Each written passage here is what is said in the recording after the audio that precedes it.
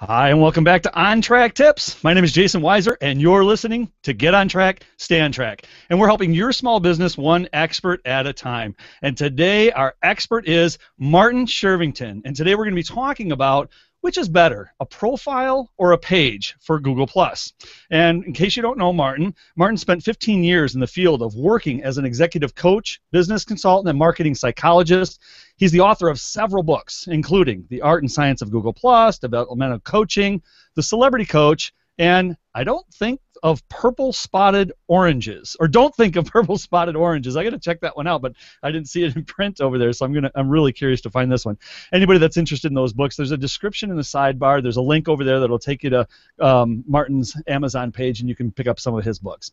He's the owner, moderator. He's the man behind the mask at Plus Your Life and Plus Your Business community over on Google+. And something you might not know about Martin, well, he spent 6 months in San Francisco Comedy College, and he learned stand-up. He recently moved to California. He loves surfing. He loves Star Wars. Anybody that saw the post today, he loves surfing with Star Wars. And Martin Shervington, welcome to the show. Great intro. Thank you, Jason. I always think I should have probably spent an extra couple of months at stand-up school, you know, just to get a little bit funnier. I left too soon. You did. Well, hopefully we'll have a little bit of time left in the show, and you can send us out the door with some of your stand-up. So make sure you stick around for that, folks. Okay, you know we've got a little bit of housekeeping that we do. We want to talk about today's sponsor. Today's sponsor is wisersites.com. That's right. Hosting a domain registry. This is On Track Tips, private dedicated server.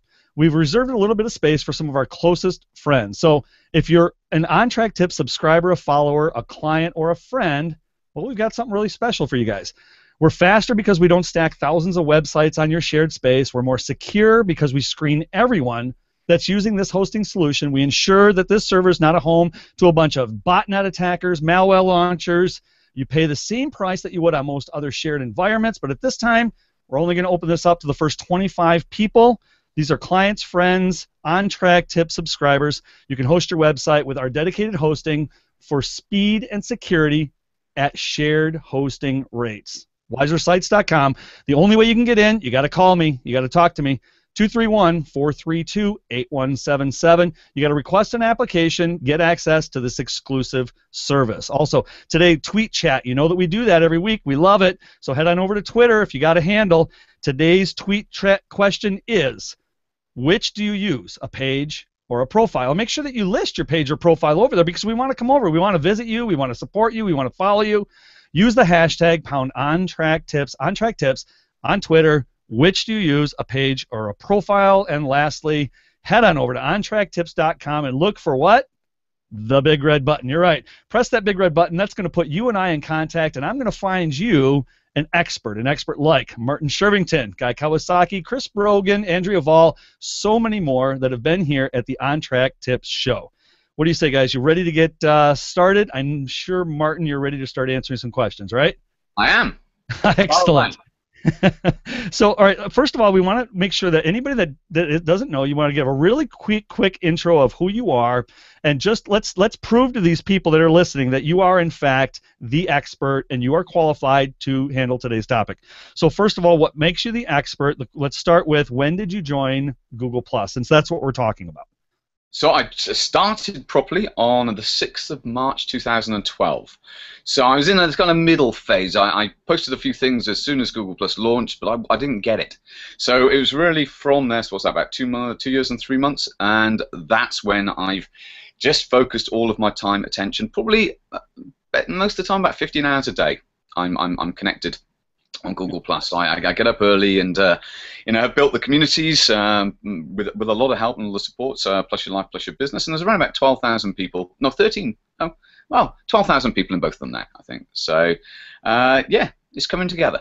Yeah, you've got a massive following both on your personal profile but also on your pages, which is another reason why you're the perfect person to talk to. You're not just some fly-by-night guy that has looked at pages. You're not here to regurgitate some articles that you've read about it. You're doing it. You're in the trenches. You're definitely a leader, endorsed by guys like Guy Kawasaki. I saw on your page. All right, so now what point did you realize, I think it's an interesting story that you transitioned from whatever your business was before Google+, and now you're just full bore Google+. Something happened there. When was that you realized that there was a business to be made here?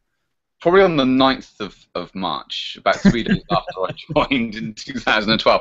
I got the bug, and I'm very fortunate that people I was hanging out with using the video conferencing like this, but ones that were just just groups getting together, and but basically I got educated on how you could use this, and then little by little did a lot of experiments, a lot of tests, produced a lot of content, and started to find that that content was getting into search, into Google search. So bit by bit I started to map the relationship between the activity on Google Plus and how it was going into search. And it's about relationships, and I love that, and that's a lot of the stuff you're talking about in the books. I've written, lots of content around communication, and this is what Google Plus allows you to do, is to connect with people. So, and if you're a business, it allows you to connect with people that potentially can be a customer.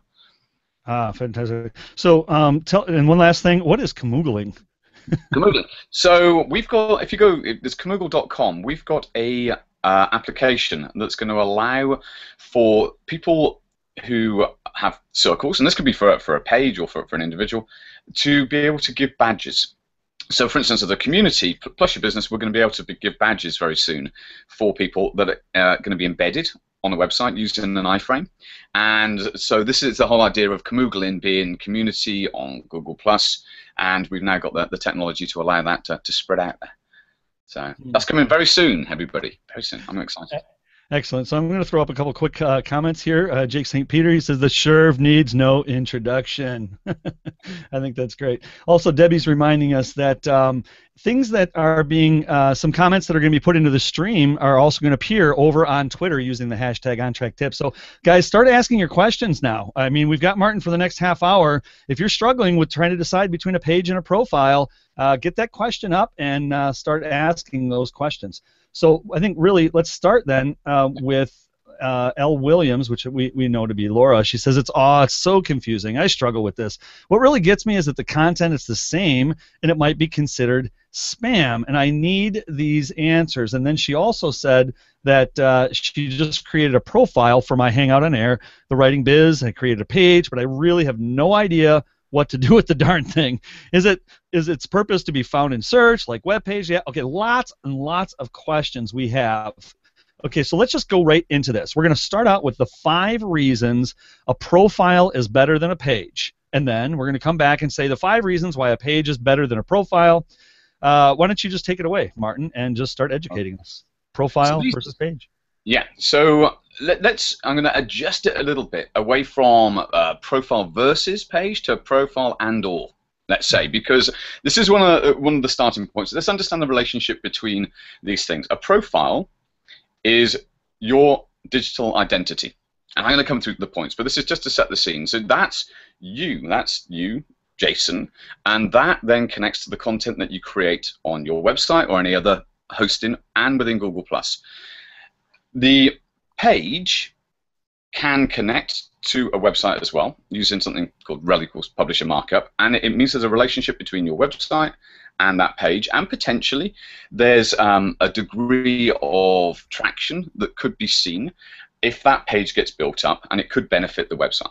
So 2 different things: profile, page. Profile's a person. Now with a page, if a person has got a business and the business has a physical location, like it's got a front door, then you want to get it on the map. So they're going to want to have a page for that business, because then it appears when people search for it, it's going to show up in Google search potentially, and have a pin. When they do search for it, it will show up. If you are, for instance, a local plumber, and you're working within an area, you don't have a front door for people to knock on, but you do have a business that is local, then you also want to have a page, because again, it can appear on the map. Now, if you are a company and you have a door, then you want that sort of page. But if you're a company and you've got lots of brands, then you want to be looking at a brand page. Or if you're an organization that is like a charity, then you want to have a brand page. So that sort of sets the scene. Should we then kick into the benefits of profiles? Yeah, so let's I want to back up just a little bit here, and let's keep this really kind of organized. And you sent me this fantastic list of 5 bullet points. So for our audience, because our audience just loves to tweet these 5 bullet points, so let's do it. Let's give them that opportunity. Let's go down your list of 5. Let's hit them one at a time. Why you say profile instead of or page. Do you have that list in front of me, or do you want me to just I've throw got it it. out at I've you? got it there. I'm kind of with the instructions. We'll see. Let's see if I can do this. Okay, Okay. so number one. Profile. It's more personal. Do you want me to go into more detail? Yeah, sure. Okay, so it's more personal. People relate to people better than to brands they don't know. So unless you have to have a brand page, if you're, for instance, like a therapist, and you're not going to sell, or let's say you are no, let's keep it as therapist, or a writer or something like that, and you don't need to have a separate brand for that. It's you, it's what you do. So people relate to you better than if you try and move it across to say, well, that's the vertical, that's the bit of me that I want you to pay attention to. Yeah, I think one of the big confusions that happens here is I hear this question a lot from people that are like a Martin Shervington, a Mari Smith. Oh, of course, they're not asking, but somebody whose brand is consulting or where their brand is their name. And so they say, should I be a page or should I be a profile? Which, should I operate more as? And if you have that luxury, then what would you say? What would you, just off the cuff, real quickly, without knowing all the details, your gut says probably go with what? A profile or a page? If your name Profile. is your brand. Profile. Profile. Okay. There are exceptions to that, which we'll come on to, but profile. And we can come on to the number two, because of Google authorship. That's one of the main reasons. Is if you're authoring content and you're writing and you want to become an authority, then in whatever the niche is, then by having a profile, by having a pic, a headshot, by tagging it, by then connecting to the web content that you create, then it's eligible for that to appear in Google search. A little icon can appear. Yeah, I mean, and many people will have seen that. So authors appear next to it, and this is the process of Google authorship. If you don't have a profile, then you can't have Google authorship. Pages have something else. So that's one of the big reasons. Is if you're a content creator, you want authority, look at a profile. And one of the things I added to my list, which I think goes right along with your 1 and 2, well, mostly your 1, is that I think it's easier to build a profile. If you're going to build an audience, it's, I think, easier to build a profile than it is to build a page. Would you think? Absolutely. Yeah. Pages can be really hard work. Okay, so let's move down to number 3, a profile. You wrote, a profile can add whole circles. Talk about circling with pages and profiles. Okay, this is a little known tip, and some people will probably find out now, and you can tell me if this is still the case. But going on from what you were saying about they're easier to build, one of the things you can do with both a profile or a page is add in, like on Twitter, they call them lists, but you can add in an entire list, a circle of people. So if you are in San Diego, and you have people that are local, and somebody's created a circle, then you can add that entire circle in, and some of those people will circle you back. So straight away, because they'll see they relate to you, and this goes back to the profile, they'll see that you're in San Diego, and that you've got a nice cover photo, and you're smiling in your headshot. So that's one thing that is really useful. When I did some tests. I think it was Carol Dodsley actually ages ago. We came across about notifications. This is getting a bit geeky, but we found that when a page adds in a whole circle, people don't get notified. So there's a distinct advantage for a profile that's looking to build itself up. Add in some circles, more people are likely to add you back. If that's not the case anymore, I'm sure somebody will tell me, then let me know, because that was a really useful little thing that I noticed in relation to the system. Number 4. Okay, a profile is your digital identity. A page is your brand business. So this is the way to think about it. This is a bit of a sort of shift around. Google Plus, as opposed to it just being like a Twitter account, which you may decide to set up another one and focus on a different thing, your profile is going to be where everything can get shared. It's because of the +1 button on websites. The content that you share then appears on your profile. So your identity, you're displaying to the world, really, who you are, what content you are either creating or curating, and it's all in one place. Yeah, fantastic. Okay. And 5, I love this one. This one's good. You can post what the heck you want on a profile. You don't have to stay on brand. You are the brand. You create the brand yourself through every post that you make. So if you've got a brand page that is about um, uh, geek wear, t-shirts and things like that, you may not want to have that all the time on your profile. So your profile, however, if you do have that, can share some of that content occasionally, and then you can share pictures of cats, or you can share pictures of the beach, and it's a way of displaying really who you are, what you get up to, and it ties back into the first thing about being more personal.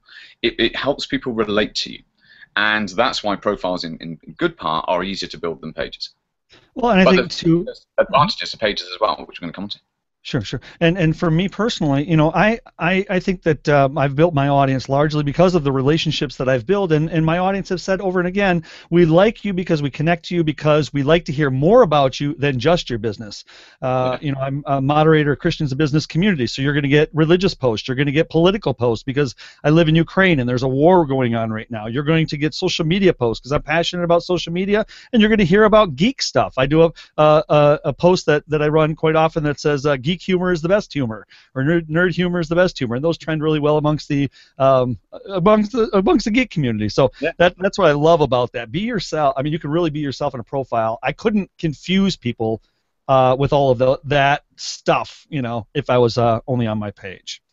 I want to just remind everybody, we got one more we're going to talk about here in just a minute, but we're at the halfway point, and I want to remind anybody that's just joining us, you're listening to Get on Track, Stay on Track, and we're helping your small business one expert at a time. And today our expert is Martin Shervington, and we're discussing which is better for your small business, a Google Plus profile or a Google Plus page. We've got Twitter happening using the hashtag #OnTrackTips. Start asking your questions over there now. Martin, I wanted the last one that I had on my list that I didn't see on yours was Hangouts on Air, because of course I do Hangouts on Air, and I'm seeing actually in our stream here. I'm going to pull up some questions as you're chatting about it, but of course Ronnie Bincer, let's pull him up first. He says he's agreed that this topic is one that's most commonly asked.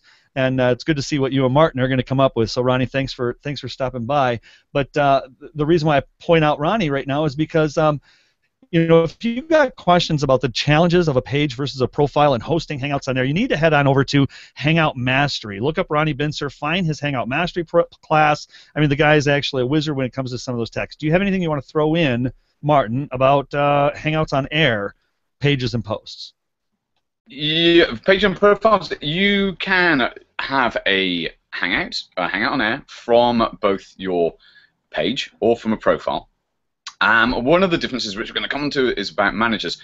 Here is one distinct advantage of profiles over pages in relation to Hangouts. Not so much Hangouts on Air, is that there's not a Hangout chat function for pages. So the little chat, which can have up to 100 people in it, and then you can start a video call. You can do the video call on a page, but there's not the other function. So that's an advantage. You're talking about the text message chat. Text and images. Yeah. And why that's so important, I didn't know that. But one of my favorite tricks, my little ninja tricks with that, did you know that if you put a hashtag into your messages and you go to your Gmail and you look for that hashtag, you can find that comment in that stream? I do that all the time with a couple of my friends. We just discovered it the other day. I think it was Dustin and I that found that out. Okay. So, cool. It was Jason Resnick that was asking the question, should I have my page host my Hangouts and then invite myself, profile, to participate? Do you have a comment on that, Martin, at all? It's like interviewing yourself then. It depends. I mean, it's different. If you've got a following on your page and people relate to that brand, I'll tell you the exact experience. My profile, when I do a Hangout on Air, will have more people participate than the Plus Your Business one when I start Hangout on Air there, just because people relate to profiles more. So one of the ways around that is to build up lists. So it depends on what you're trying to achieve. I mean, whoever hosts it is then in control of, for instance, who's going to show on the main screen. So it depends. It depends. I tend to use both. We do the PYB show on that channel. But this takes us into the perfect segue into the reasons why pages are good. And so I'm gonna throw in one reason why my answer to that question would be one of the things that we do here at OnTrack Tips is we offer a service where we go and help small business owners repurpose. That's one of our products, Repurpose.pro, that we're launching. And what we do is we go and we interview an owner of a small company, and they're the expert on their product. They're a plumber, they're a foundation, a building inspector, whatever. And so I can sign on as their business page and interview them as a profile, and so then that will then appear on their YouTube channel, which then kind of activates or triggers this whole content strategy that we're trying to do. You do the interview, it creates the video, we take the transcription, that goes on their blog post, and then your client no longer doesn't have to know how to blog, they don't have to know how to do video. All they have to do is hire somebody like myself, Martin, Ronnie Bincer, and many others out there that are offering this kind of a service. So yeah, you're right. Let's move over to Paige, unless you wanted to caveat that. No, I think that's an awesome tip, and that leads into Pages, because the first one on several pages, you can have up to 50 managers. So what they've done in that situation is you've been made a manager, you've initiated the Hangout, then you've invited the person as a profile. So that's a great example. And this is the same with YouTube, because a page will have a channel then on YouTube. So I do exactly the same thing. So I have somebody that accesses, that downloads, that then can chop it up, and you don't ever want to give your password for your profile. That's one of the most important things. So with Pages, when you make somebody, it means that you can have just a lot more flexibility with who has access. So yeah, first one. Mm-hmm. So let's start on those. Okay, so you said you can have up to 50 managers. That's your number one on the list of top 5 reasons pages over posts, or we've clarified that. But okay, now the number 2. Number 2. Insights and links to analytics. So now that it's google.com/business, Google My Business, which just launched, it's made it a lot easier for people to get involved with Google Plus if they haven't already. And also we've got more insight and more analysis available, and we have a dashboard. Which, well, we had a dashboard before, but the dashboard is getting better, and we can start to see the level of activity on posts, and we can look at the demographics of, there's a certain, you've got to have 200 people in the circles, I believe, but you can see the male-female ratio, how many times people have visited your page, and the number of views that you have on the content of the overall page, but also on specific posts. So all of that gives you insight into, is your social aspect of what you're doing with Google Plus working. Yeah, and for anybody that wants to hear more about the recent launch of the My Business that happened, I think it's Eric Eng and Mark Traphagen are going to be doing a show later on this week that are going to dig deeper into that. So make sure if you're on the call, look for them and find out more information about those insights. Christina DeGraff also wrote an excellent article. Go find Christina DeGraff and look at her article about those insights and analytics. Very important stuff over there you need to be aware of. Number 3, Martin. Okay, so a page ties to a website and could be sold as part of a business. This is huge. When I read this, I went, you are a genius. I can't believe I didn't think of this. Go on. Well, that's the basis, really, as to why you'd want to have a page, is because it's an outreach station for your content, in particular in relation to your website. So if you've got a blog, then your page is a great way of distributing that, but also becomes a digital asset for that business.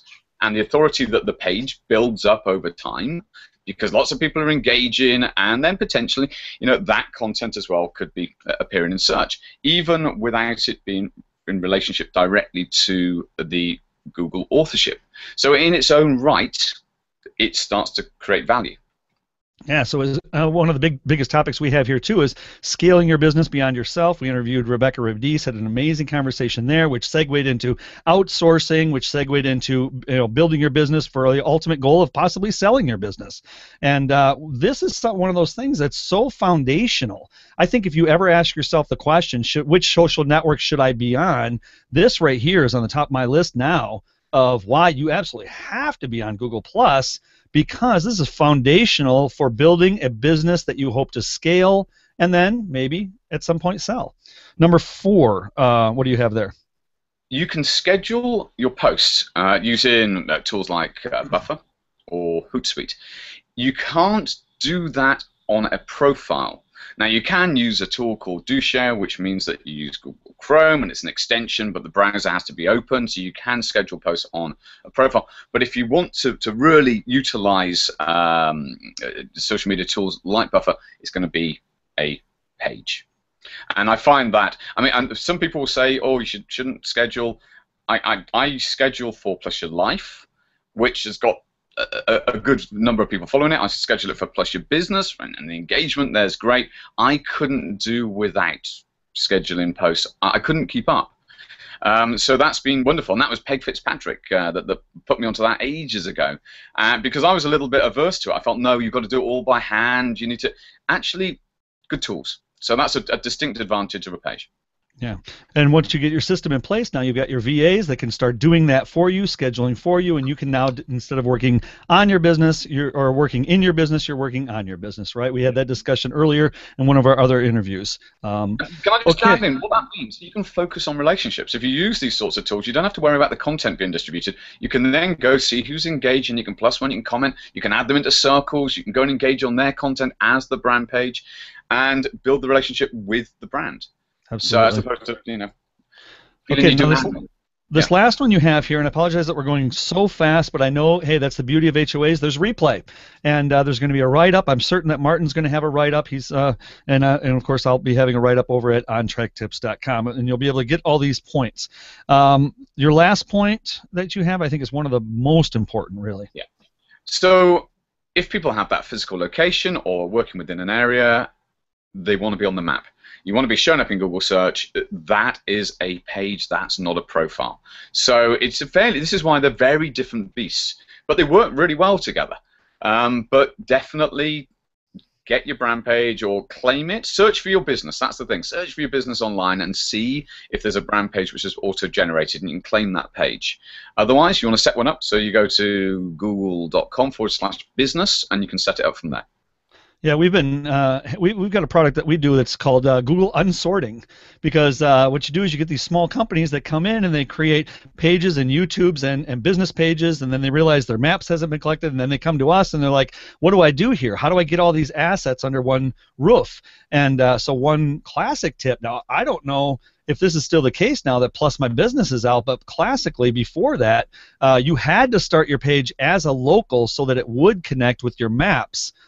In order to have those map assets. Now I'm curious to see how they've resolved that. And it looks as though they've got that resolved, meaning if you have a physical address or if you are a service area provider, not to get too technical on this, but it's something that you definitely want to look at and find out more information. If you have a physical address for your small business, you want that map listing, you want to get connected, get with somebody like Martin, myself, and say at least do a Google assessment, do a Google audit, find out what properties you have out there right now. Where is your YouTube? Where is your pages? Where are your Google local maps?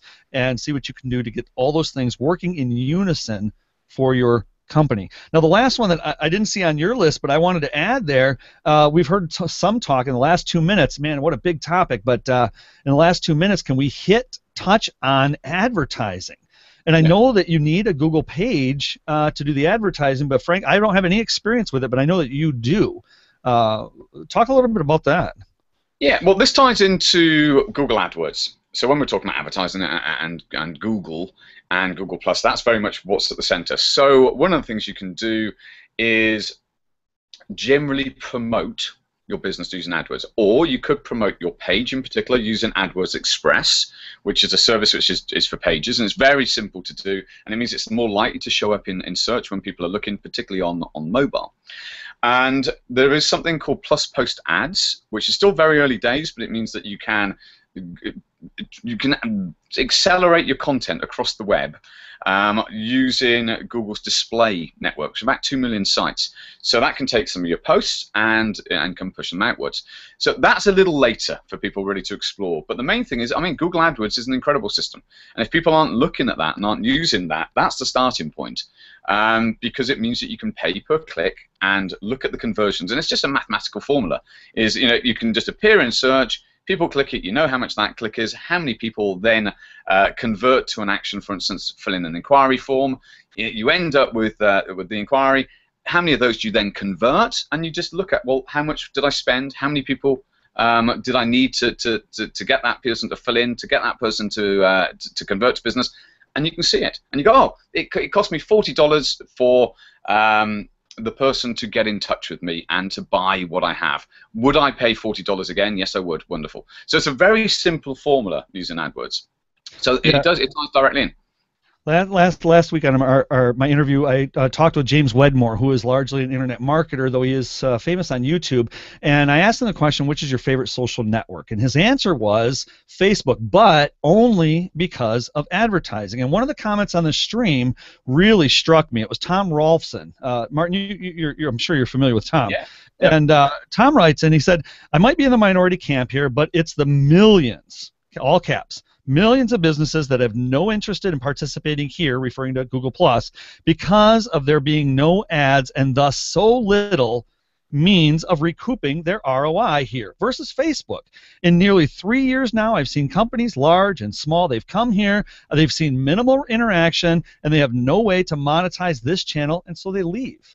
And I'm talking about companies like Ford and Dell, Intel, and others. I've helped them learn how to use Hangouts, but they're still barely investing anything here as compared to what they do on Facebook or even Twitter. Facebook advertising, I quit Facebook 2 years ago, but I'm drawn back because ads are where the money is. And then I would love to talk about the topic, the statement that engagement doesn't sell. We heard that comment from guys like Brian Carter, who makes his living off of, I know you're just begging to get in. I'm dying. I'm so excited today. I've got the answer. But here's the caveat. See, we're out of time. So what we're going to have to do is anybody that wants to hear this, you've got to come back, Martin. You've got to come back on the show with Tom. Okay, go ahead and answer. I'll let you answer. Okay. So engagement is just the start. So people engage on the content. They visit your website. And let's say they don't take any action on the site. Well, using Google AdWords, you can remarket to them. So the ads can follow them, people around the web. And you can do that you can use pixels on Facebook advertising, do the same thing, but people aren't doing this on Google+, or people aren't using Google+ in this way. So just think about it. Anybody that engages, firstly, any engagement, you can go and add them into a circle and interact with them. They've got some interest, you can build a relationship. But even just going to the site, you can then market to them across the web. People aren't thinking about using AdWords enough, I don't think, alongside Google+. No, we've dabbled. I'm sorry to cut you off, Martin, here, because man, okay. We've dabbled here at OnTrack Tips by using that strategy. I've talked about it before. Pixels. You get your pixel. You get them to come to your website. You get your RTB pixel. This is some high-level stuff and a little bit beyond the scope of this conversation. Martin, on air right now, on the spot, are you willing to come back to OnTrack Tips and help us talk a little bit about RTBs and be the guy to defend Google Ads and talk a little bit about Google Ads? I don't know if I'll defend it, but I'll talk about them because I love them. Awesome. All right, I love putting you on the spot like that. you can kick me in the teeth in the green room afterwards. But hey, you guys, Martin's coming back. If you want Martin to come back to OnTrack Tips, you need to go to the comments right now and say bring Martin back. I want to see at least 10 people say bring Martin back in that comment stream, or even better, go over to use the hashtag OnTrack Tips and tweet bring Martin back. And we're going to talk about next time RTBs, pixels, Google ads, Facebook ads, and this is a big topic. Maybe we'll even be able to get Tom Rolfson on the show. I'd love to hear his input in it. I tell you what, this has been a fantastic show. We've been talking today with our expert, Martin Shervington. This is Get On Track, Stay On Track, and we are helping your small business one expert at a time. Go play this thing again. Take your notes. You're going to see that, in fact, that we are going to help your small business this way. The show is sponsored today by wisersites.com. That is your hosting and domain solutions. It's only exclusive to friends, family, supporters, and loved ones of OnTrackTips.com. So go ahead and give me a call. 231-432-8177. Martin, where can we find you? Where's the best way to get a lot more Martin? PlusYourBusiness.com and the Plus Your Business community. All right. And you find me on Google+. I'm around. All right, and I'm gonna go just a little bit longer and just say thanks to all of our people that are shouting out to you right here. Andy Lyons, Martin Shervington is delicious to interview. Yes, and leave it to Andy to use the word delicious. I love her. Okay, Brian Hughes. Yeah, we're not going to be able to get to all these. Sorry, guys. It was so great to hear. I've been asking myself these questions. Cheryl Deuce. It's often asked myself these. Thank you. I'd love hearing Martin Shervington's take on this. Then I've got a lot of questions. Martin, can you just jump over to the comment stream and maybe address just a few of these questions? We'd love to. Hey, that's it. We're wrapping up. On Track Tips. We're going to have other guests. Go to ontracktips.com and find out who's next on the show. Martin, thank you so much. We'll see you all next time around. Bye for now.